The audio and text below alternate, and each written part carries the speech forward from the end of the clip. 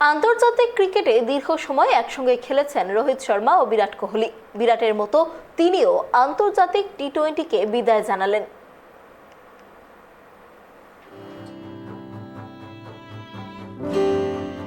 দীর্ঘ 17 বছরের অপেক্ষার অবসান। দ্বিতীয়বার টি-20 বিশ্বকাপ জিতল ভারত। উদ্বোধনী টি-20 বিশ্বকাপ অর্থাৎ 2007 সালে চ্যাম্পিয়ন হয়েছিল ভারত। সেই টিমের এক তরুণ সদস্য ছিলেন রোহিত শর্মা।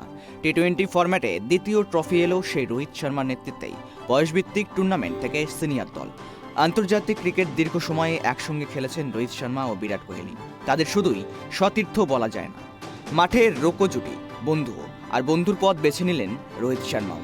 বিরাটের মতো তিনিও আন্তর্জাতিক টি-20কে বিদায় জানালেন। টি-20 বিশ্বকাপ জিতে ম্যাচের সেরার পুরস্কার নিতে গিয়ে বিরাট কোহলি জানিয়েছিলেন এটিই দেশের হয়ে তার শেষ টি-20 ম্যাচ। সেই ঘোষণার 120 মিনিট পর অবসর ঘোষণা করে দিলেন রোহিত শর্মাও। সাংবাদিক বৈঠকে তিনি জানিয়ে দিলেন আন্তর্জাতিক টি-20 থেকে অবসর নিচ্ছেন। ম্যাচ শেষে সাংবাদিক বৈঠকে রোহিত বলেন, এটাই ভারতের হয়ে আমার শেষ টি-20 ম্যাচ ছিল। এরপরে আমি আর দেশের হয়ে টি-20 খেলব না। এই সিদ্ধান্ত নেওয়ার এর থেকে ভালো মুহূর্ত হতে পারে না। এই ফরম্যাটেই ভারতীয় দলে আমার অভিষেক হয়েছিল। টি-20 থেকে অবসর নিলেও অবশ্য একদিন ও টেস্ট ক্রিকেট তিনি খেলবেন বলে জানিয়েছেন রোহিত। রোহিত জানতেন এটাই তার শেষ সুযোগ, সেই কারণে ট্রফি জিততে এতটা মরিয়া ছিলেন তিনি। রোহিত বলেন, যেদিন থেকে টি-20 খেলছি উপভোগ করেছি। আমি বিশ্বকাপ জিততে মরিয়া ছিলাম। শেষ পর্যন্ত যে জিততে পেরেছি তার জন্য খুশি। এর আগেও কঠিন পরিস্থিতিতে পড়তে হয়েছে ভারতকে।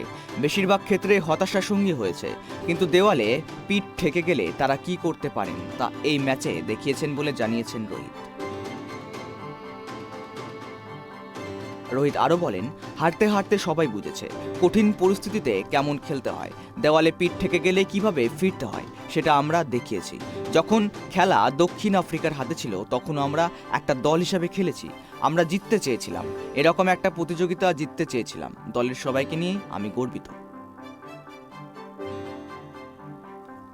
আগামী বছর চ্যাম্পিয়ন্স ট্রফি।